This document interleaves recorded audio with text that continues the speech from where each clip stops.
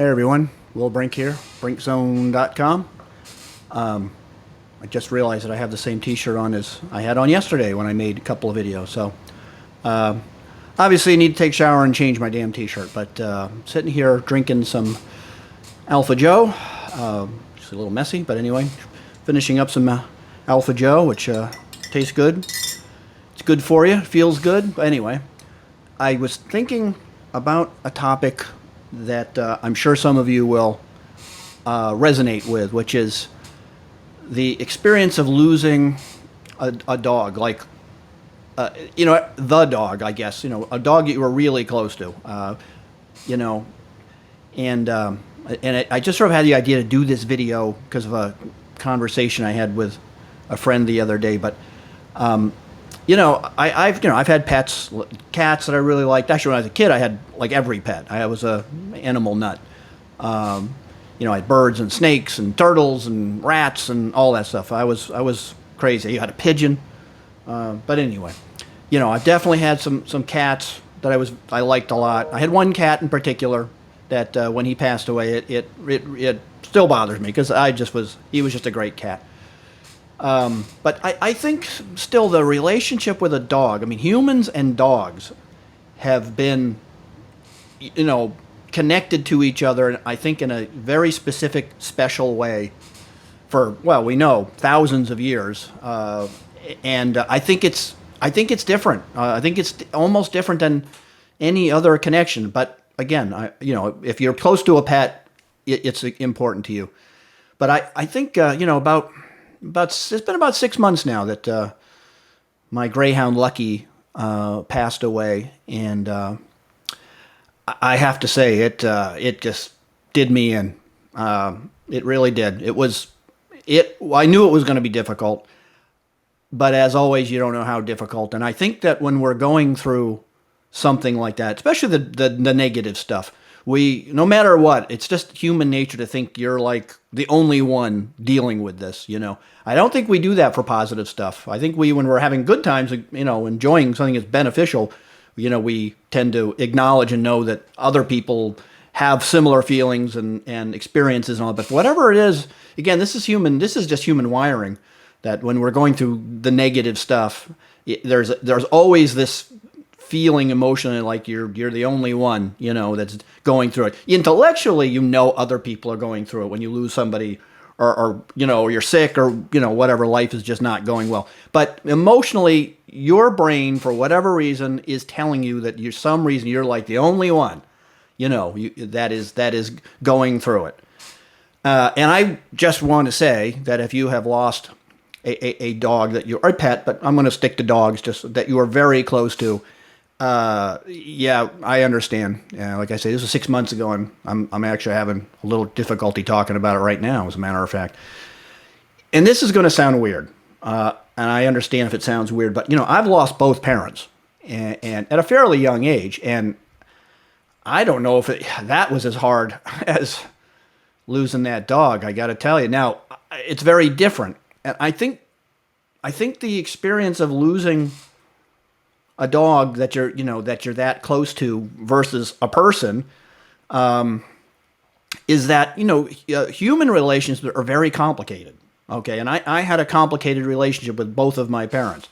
And so it's a very complicated emotional experience when you lose a person, especially if the relationship was complicated. There's nothing complicated about how you feel when you lose a dog. The relationship with a dog is so pure. I'm going to say simple. The simple doesn't mean negative, but it's such a pure, simple relationship. There's nothing complex about it, And so I think the sensation is emotionally, it's different, having done both. And, again, I've had pets. I will say that all the pets I had, like as a kid and stuff, and I went through a long time without any pets. But as a kid, I had tons of pets, and then I went from a lot of my young, going to school and all that stuff. I just really didn't have time, to get a pet. But all the pets that I had as a kid, like I said, they all died. When they died of different things. They died, either whatever. They got hit by my cat got hit by a car, or they went to the vet and put him, didn't come back, whatever. I never had the experience all that time of having a time and a place where it was decided that this dog, was suffering and had to be put down.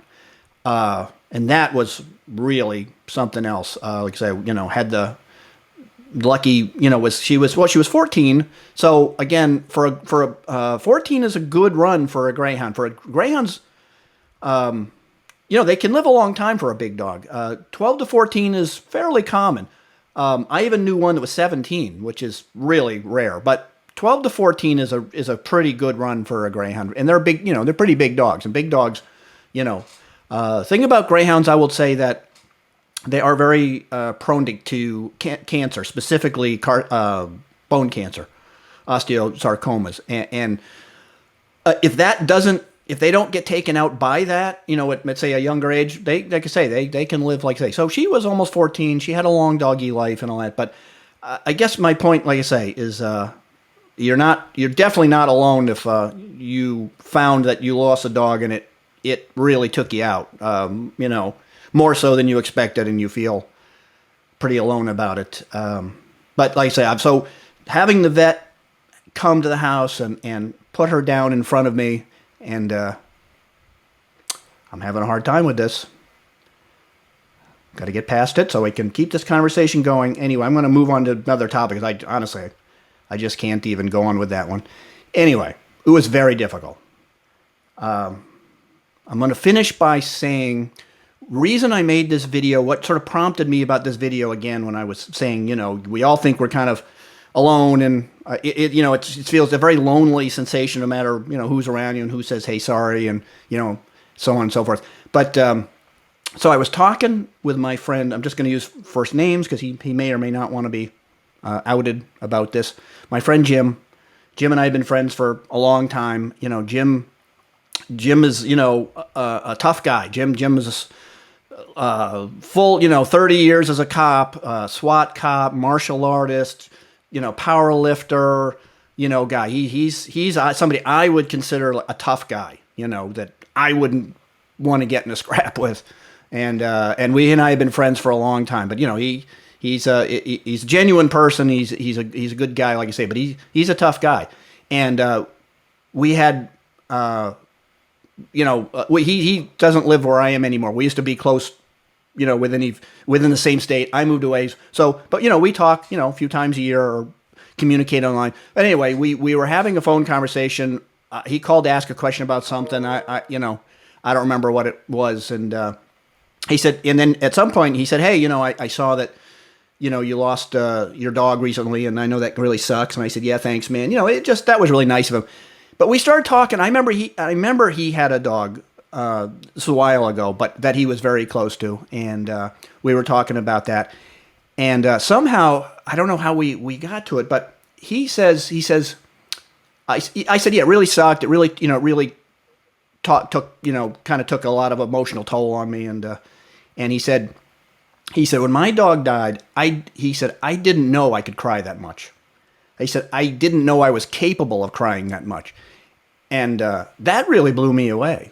I mean, for him to say that, for one thing, guys don't usually talk that way to each other. I mean, again, they should. I'm just saying, but guys, especially from our generation, again, we're Gen X guys. We don't, no fucking planet could be on fire, and we're gonna open a beer and probably not respond. So for him to say that to me, in that way, it really brought home to me that even guys, tough guys and regular people and all that can really get knocked out by the loss of a dog. I mean, like bad, And but when he said that to me again, it really made me feel that we're not alone. That even like I say, people like him who I would consider pretty tough guy, of a wall from the job he did and just kind of person he is and all that. But it just really, I honestly kind of helped me, to be honest with you. But I mean, because I was feeling like, I've been through a lot of stuff in my life. I have seen a lot of stuff, growing up. If you look at one of my videos, growing up in Brooklyn in the 70s and 80s and stuff, I have, I've seen some stuff. I've been shot at twice, and so on and so forth. Had a very tough upbringing in Brooklyn. In retrospect, again, I have some fun stories, but I had a pretty interesting upbringing. So when he said that to me, again, it really brought home the fact that, again, that's an experience that many people have, and not as your relationships with people. Your relationship again with a pet and a dog they're not all the same. There's going to be a dog or a cat or whatever that really gets you, and when they pass, and it's not all the same. Like I say, this particular dog, like I say, she was just the best. So anyway, that's all I have to say. And subscribe, and just realize that their doggy lives and stuff just is not forever. And I'm glad I have one more thing to say. I don't think people appreciate that, just like humans, the things that you do for your dogs as far as nutrition and supplements and all that will make them live longer considerably. And I don't think a lot of people really appreciate that. Even health-minded people, they're just feeding their dog garbage, a lot of times just garbage kibble, and all that. But there are definitely nutrition, and there are supplements that dogs benefit from. Sometimes it's the same supplements that humans benefit from. And there is even a drug, rapamycin, that has profound effects on dogs, specifically dogs. Now, there are humans using it now. It's getting a lot of attention in humans, but in every animal rapamycin is tested, animals live longer. Doesn't matter if it's very simple animals like nematodes, mice, and dogs. And I do have an article about that drug on Brinkzone that you may want to look into. It will probably add years. I mean, and in a doggy life, years, 2 years to a human. I mean, hey, you want it, right? I mean, but it's nothing like, 2 years to a dog, like a year or 2 years to a dog. That's a lot of life there. And so this drug, I would highly recommend looking into. I even give a link as to where you can get it. Now, you do need a prescription from a vet. I was not able to get it. I really wanted to get lucky on it. And it's a long story, but the vet said yes, and then he said no, and it was a pain in the ass. But I do, my other dog, Gigi, who, is just a great dog. She's younger. She doesn't need it yet, but I'm definitely going to be looking into it. So check that out below this video. Now I'm done. I'll see you all on the brink.